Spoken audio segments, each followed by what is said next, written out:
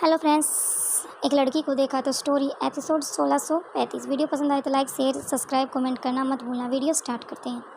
भूमिका सन्नी और ओमकार से बातें कर रही थी। फिर वो अपने मन में सोचने लग गई कि मुझे ही कुछ ऐसा करना होगा जिससे कि ये दोनों दोबारा से पास आ जाए। ये काम भी मैंने इन 2 दिन से पहले ही करना होगा। इट मीन्स आज या फिर कल 2 दिन में मुझे ये काम करना होगा।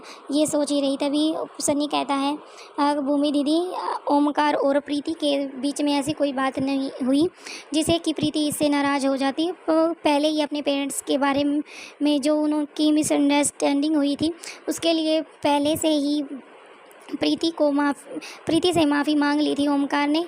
तभी भूमि कहती है कि ठीक है, तो और मैं तुम दोनों की बात और आपस में जो तुम्हारा मसला है उसको सुलझाने की पूरी कोशिश करूँगी, इसलिए तुम परेशान ना हो। और इतना कहकर वह वहाँ से उठकर चलने लग गई और चलते चलते सोच रही थी कि 2 दिन बाद इनकी एंगेजमेंट है और इनको जो सरप्राइज़ मिलेगा वो सरप्राइज़ न होकर आंसुओं में बदल जाएगा।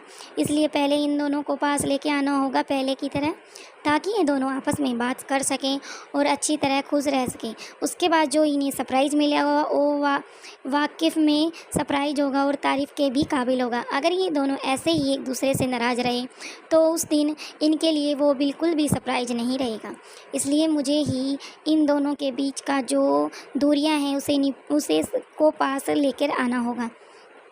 दूसरी तरफ प्रीति का भी बुरा हाल था। कौटिल्य और भूमि के जाने के बाद वो पेशेंट को चेक करी थी। उसने देखा कि भूमि और कुटिल दोनों ही यहाँ से जा चुके हैं। वो जल्दी से चेयर पर बैठ गई और कुछ सोचने लग गई।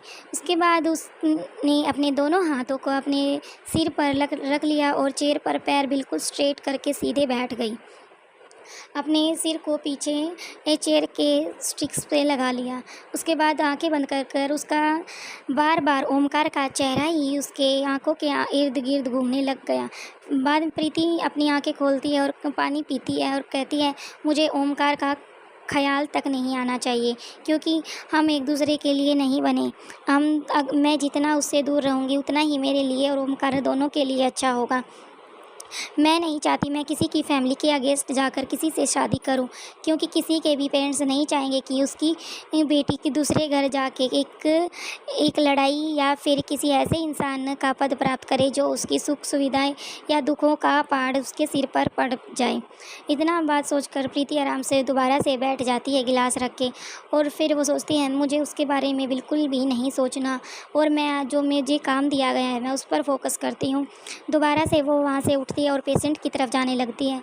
पेशेंट को अच्छे से ऑब्जर्वेशन करने के बाद उसको लगा कि इसको इंजेक्ट करना है, इसलिए उसने जल्दी से इंजेक्शन को एक पेशेंट के हाथ में इंजेक्ट कर दिया। उसके बाद वो वहाँ से जाने लगी, क्योंकि प्रीति सुबह से जल्दी ही आ गई थी, उसको भी भूख लगी थी। तो वो जाने की तरफ आगे बढ़ती है। तभी उसको सन्नी की रूम की तरफ होते हुए जाती है। वो देखना चाहती थी कि ओमकार और सन्नी क्या कर रहे हैं, लेकिन दोनों रूम में नहीं थे। इसलिए थक हार कर परेशान होकर प्रीति आराम से अपने रूम में चली जाती है और अपना खाना रूम में ही मंगा लेती है।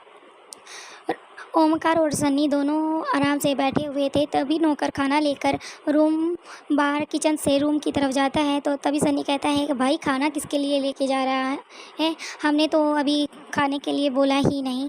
तभी वो कहता है कि प्रीति दीदी ने अपने रूम में ही खाना मंगाया है तो मैं वहीं लेके जा रहा हूँ। तभी ओमकार और सन्नी की दोनों की आंखें एक दूसरे की तरफ टकराई और दोनों की चमक उठी। ओमकार कहता है कि मुझे उससे अभी कोई बात नहीं करनी। मैं नहीं चाहता प्रीति अपना खाना मेरी वजह से बीच में ही छोड़ दें। पहले वो अपना खाना फिनिश कर लेती है तो उसके बाद ही हम दोनों वहाँ पर जाएंगे। सनी को भी ओमकार की बात बिल्कुल सही लगी, इसलिए दोनों वहाँ पर बैठकर आराम से प्रीति के खाना फिनिश होने का टाइम देख रहे थे। दूसरी तरफ लक्ष्य और श्वेता काफ़ी क्लोज आ चुकी थी। श्वेता बार बार ना चाहते हुए भी लक्ष्य के बारे में सोचने लग गई थी। जो चीज़ लक्ष्य और लक्ष्य की फैमिली चाहती थी और वो बिल्कुल वैसा ही हो रहा था। ना जाने श्वेता ना करते हुए भी लक्ष्य से प्यार कर बैठी। वो नहीं समझ पा रही थी कि ऐसा वो क्यों करने लगी है, क्योंकि उसे स्पेशल अनिका ने कहा था कि जब तक मैं उसके बारे में पूछताछ या छानबीन नहीं कर लेती तब तक तुम इसे दूरी ही बना कर रखना। और ख़ुद ये बात श्वेता भी अच्छे से जानती थी कि जब तक किसी के बारे में अच्छे से किसी चीज़ के बारे में परख ना हो, लेकिन श्वेता को तो खुद उस पर डाउट थे, इसलिए उसने अनिका की हेल्प करी थी, मांगी थी। लेकिन फिर इतनी बड़ी गलती मैं कैसे कर सकती हूँ, ये सोच सोच कर वो जल्दी से वॉशरूम में जाती है और वो नल को ऑन करके उसके नीचे आराम से अपना सिर लगाकर आराम से टेक बात करने लग जाती है। कुछ टाइम बाद वो टेक बात होने के बाद जल्दी से वॉशरूम से आती है, लेकिन शीशे में देखकर अपने फेस को देखती है। फिर उसको ऐसा लगता है कि उसके फेस के पीछे लक्ष्य खड़ा है। वो पीछे मुड़ती है तो उसे लक्ष्य नहीं दिखाई देता। फिर श्वेता समझ जाती है कि उसे कहीं ना कहीं लक्ष्य से प्यार हो गया है। अगर उसे दूर होना पड़ा तो वो कैसे हो सकती है और कैसे हो पाएगी, कैसे उसे भुला पाएगी। ये चीज़ सोच सोच कर आज प्रीति पूरे दिन से घर पर ही थी। तभी अंजलि मामी उसके रूम पर आती है, दस्तक होती है। तभी टैप टैप होती है, लेकिन श्वेता दरवाज़ा खोलती नहीं है। लेकिन अंजलि काफ़ी घबरा जाती है, क्योंकि 1-2 की टैप से ही श्वेता अपना रूम का दरवाज़ा खोल देती है, लेकिन आज ऐसा नहीं हुआ। तभी अंजलि ने दोबारा दरवाज़ा टैप टैप किया तो श्वेता जल्दी से खड़ी होती है और अपनी आप को अक्स में शीशे में देखती है और अपने आप को अच्छे से संभालती है, दरवाज़ा खोल देती है। तभी कहती है, मम्मा आप क्या? तभी अंजलि कहती है, तुम नीचे नहीं आई खाना खाने के लिए? तो श्वेता कहती है, आज मुझे भूख नहीं है। तभी अंजलि कहती है, तुम्हें कैसे भूख नहीं है? तुमने रात को भी जल्दी ही खाना खा लिया था और अभी सुबह जा चुकी है और दोपहर आ गई है, लेकिन अभी तक तुमने खाना नहीं खाया। चलो मेरे साथ जल्दी से, जितनी भूख हो उतना खाना खाओ। तभी श्वेता ने कहा कि मम्मा मैं बाद में खाना खाती हूँ, अभी मेरी तबीयत मुझे अच्छी नहीं लग रही, तो इसलिए मैं रेस्ट करना चाहती हूँ। तो अंजलि मामी उसकी बॉडी उसके सिर पर हाथ लगाती है, फिर उसके हाथों को चेक करती है। तभी वो कहती है, हाँ तुम्हारी बॉडी पर तो बुखार है, काफ़ी गर्म है टेम्परेचर तुम्हारा, इसलिए तुम्हें दवाई लेनी चाहिए। तभी श्वेता कहती है, मम्मा मेरे ड्रॉर में रखी है, मैं अपने आप ले लूँगी, प्लीज़ मुझे अकेला छोड़ दे। तभी अंजलि कहती है, क्या तुम्हें किसी चीज़ का लेकर कोई स्ट्रेस लिया है? तभी श्वेता कहती है, मम्मा बिना कभी भी स्टार्ट हो जाती है। श्वेता कहती है, मम्मा प्लीज़ जाओ, मुझे नींद आ रही है। इतना कहकर वो अपनी मोम के आगे दरवाज़ा बंद कर देती है। अंजलि काफ़ी घबरा जाती है, क्योंकि ऐसा आज से पहले श्वेता ने कभी ऐसी हरकत नहीं की थी। वह जाकर किशन मल्होत्रा से सारी किस्सा कह सुनाती है। किशन भी काफ़ी परेशान हो जाता है, तो वो कहता है कि मैं श्वेता से जाकर एक बार बात करता हूँ। अंजलि कहती है, अभी ऐसा कुछ नहीं है। और फिर वो कहती है, तुम लक्ष्य से बात करो, क्या उन दोनों की कोई बात, बीच में कोई बात हुई है?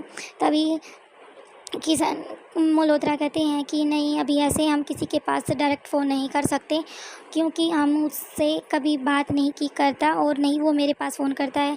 अगर फ़ोन आया भी है तो वो श्वेता से बात करता है, तो इसलिए हम कुछ टाइम वेट करते हैं, उसके बाद ही लक्ष्य के पास फ़ोन करेंगे।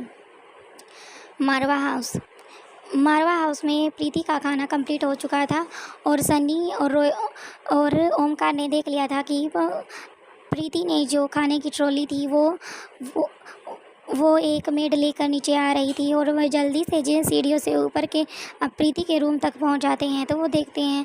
जल्दी से सनी कहता है कि भाई मैं तो बाहर ही खड़ा होता हूँ, पहले तुम अंदर जाओ, तुम कुछ देखो, उसके बाद में मुझे आवाज़ लगा देना या मुझे बुला लेना, किसी भी बात को लेकर तो मैं अंदर आ जाऊँगा, तब तक तुम संभाला। इतना कहकर ओमकार दरवाज़ा खोलने वाला था, लेकिन दरवाज़ा अब भी खुला हुआ था। उसने देखा कि अंदर प्रीति नहीं थी। तभी वो कहता है कि सनी अंदर आ जाओ। सनी बाहर खड़ा हुआ कहता है, ये लड़का कुछ भी काम अकेले नहीं कर सकता, ज़रा सी बात है, खुद इन दोनों की मिसअंडरस्टैंडिंग हुई है, उसे ये खुद ही सोल्व कर सकते हैं, ये मुझे क्यों बुला रहा है? अभी तक तो इसने कुछ बात ही नहीं की होगी। इतना बड़बड़ाते हुए अंदर आ जाता है। वो कहता है कि यार तुम खुद बात नहीं कर सकते। तभी ओमकार कहता है, किससे बात करो? तभी वो कहता है, प्रीति से करो। तो ओमकार उस सनी से बोलता है कि प्रीति कहाँ है? तभी सनी अपनी गुस्से को कंट्रोल करते हुए इधर उधर देखता है, तो प्रीति वहाँ पर नहीं थी। थैंक यू फ्रेंड्स, वीडियो पसंद आई तो लाइक शेयर सब्सक्राइब करना मत भूलना। नेक्स्ट मिलते हैं नए एपिसोड के साथ। Thank you.